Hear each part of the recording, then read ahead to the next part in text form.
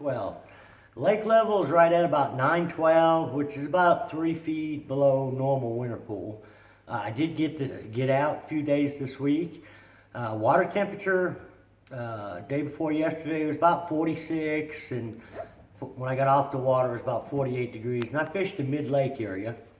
And a few days before that I went out and fished shallow with a jerkbait and a crankbait.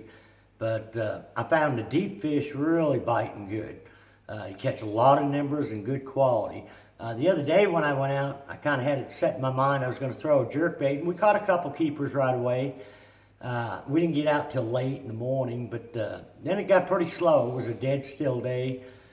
But the other day I went out, I caught a bunch of fish out deep, and a lot of them were really deep.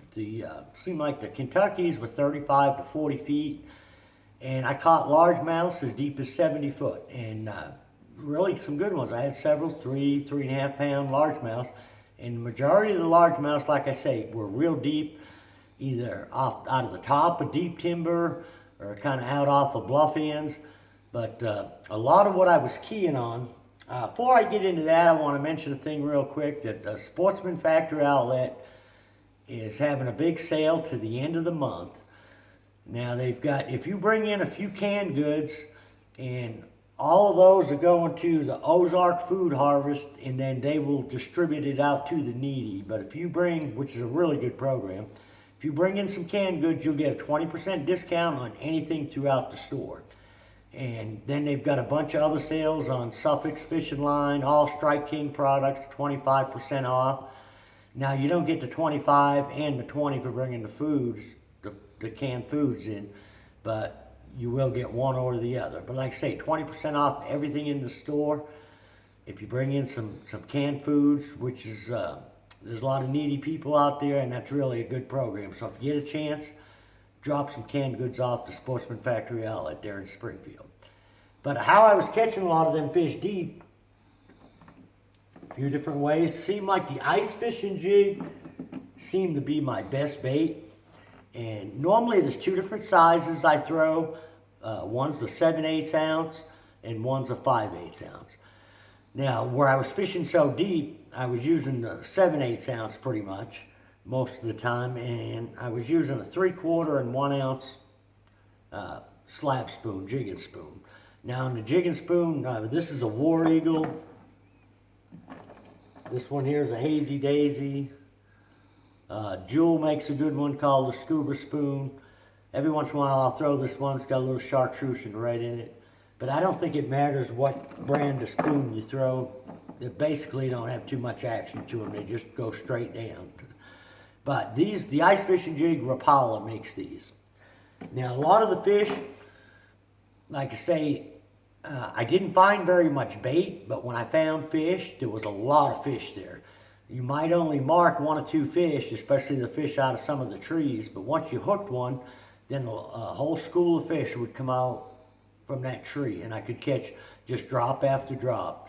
Like I say, most of the better ones were a lot deeper, and they were on channel swings, bluff ends, and a lot of times this time of year I'll even get out on the straight bluffs where you think it's all the same, but if you idle down them bluffs, you'll see some little swings, some little areas where you might be in 100 foot of water, but the bottom depth will change. It'll either be like an underwater point or a depression or a ditch, and you'll find 1 or 2 trees out there, and that's a lot of the type stuff that I like to try to key on in the middle of the winter. Some of them are a little bit harder to find, but it can pay off because them isolated trees seem to have a little bit better quality fish. Some of the Kentuckys were in the same area. They were just higher up in the water column. Now, I did go back into a lot of the creeks. A lot of times this time of year, you know, the bait will migrate back in there. I didn't find very much bait in the creeks, and my bite was better out on the main lake. But that can change every day. The bait moves so much. Now, a lot of what I'll keep an eye out for this time of year, too, is the birds. I haven't seen very many gulls.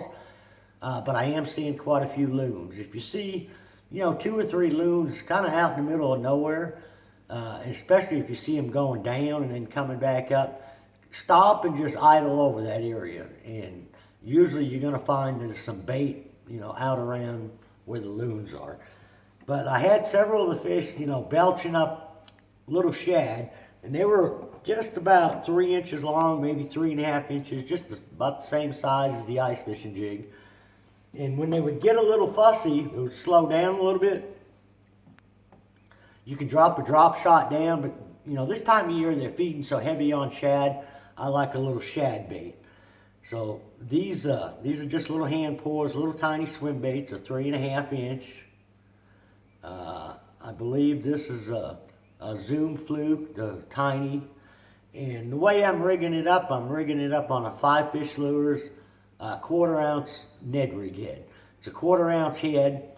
It's got a small hook in it. It's got a little weed guard so I can get it right in the trees themselves. And a lot of times I'll put my Garmin down scan on, and I can see what I'll do is I'll idle over an area before I actually fish it with the down scan and the 2D sonar.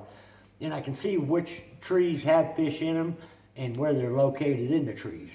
So a lot of times the ice fishing jig, if you get into the heart of the tree, it'll get stuck.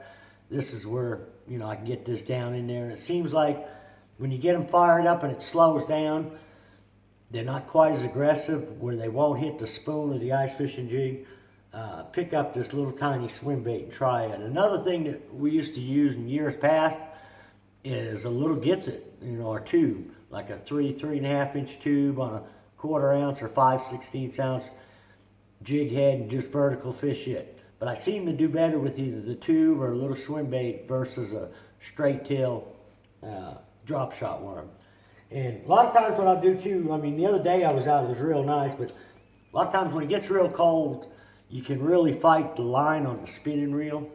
What I like to do is I'll use some Vanish or Suffix makes a nano line that's just like a braided line, and I'll usually use an 8 or 10 pound nano, and then I'll put about an 8-foot monofilament leader on. That way I don't have any line twists.